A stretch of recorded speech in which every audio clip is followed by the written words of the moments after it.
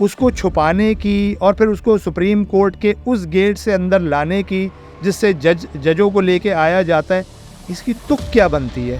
آپ اپنے آپ کو ایکسپوز کر رہے ہیں، ایک ممکنہ کرمنل کو آپ سپورٹ کر رہے ہیں. تو راؤ انوار کے معاملے میں ہمیشہ یہی ہوا ہے کہ اس کو بچایا گیا ہے، ان طاقتوں نے بچایا ہے، ان لوگوں نے بچایا ہے جن کے لیے راؤ انوار کام کرتا رہا ہے. عدالت کی جانب سے نقیب اللہ محسود کو بے گناہ مانا گیا، لیکن کہانی ذرا فلمی ہے. 5 سال بعد کہا گیا پروسیکیوشن کمزور ہے، ثبوت موجود نہیں ہے، اور اس طرح سے راؤ انوار اپنے 15 ملزم ساتھیوں سمیت باعزت بری ہو گیا. عدالتی نظام میں شک کا فائدہ ملزم کو اور ملزم کو شک کا بے انتہا فائدہ ہوا ہے، اس لیے کہ استغاثہ کامدار نہیں تھی. ڈان نیوز کی تحقیقاتی رپورٹ میں بتایا گیا ہے کہ پولیس ریکارڈ کے مطابق سن 2018 سے 2024 تک راؤ انوار 545 انکاؤنٹر سے ملوث پائے گئے، جس میں 444 افراد مارے بھی گئے. وہ امریکہ اور برطانیہ کی ایگزٹ کنٹرول لسٹ میں اور پابندیوں میں بھی شامل رہے ہیں، جبکہ انسانی حقوق کی سنگین خلاف ورزیوں میں بھی راؤ انوار کا نام آتا رہا ہے. تو اس نے جتنے لوگ مارے ہیں نا 444 یا 440، اس میں سے اکثریت بلیک کی ہے. اب وہ بلیک کہاں ہوتے ہیں؟ وہ ہوتے ہیں سیکیورٹی ایجنسی والوں کے پاس. سیکیورٹی ایجنسی والے یہ چاہ رہے ہوتے ہیں کہ یار ہم نے یہ کنفرم کر لیا ہے، ہماری ریسرچ نے، ہماری تحقیق نے، ہماری انویسٹیگیشن نے بتا دیا ہے کہ یہ کرمنل ہے. اب اگر ہم اس کو عدالت میں لے جاتے ہیں تو وہاں کیا ہوگا کیا نہیں ہوگا ہمیں نہیں پتہ.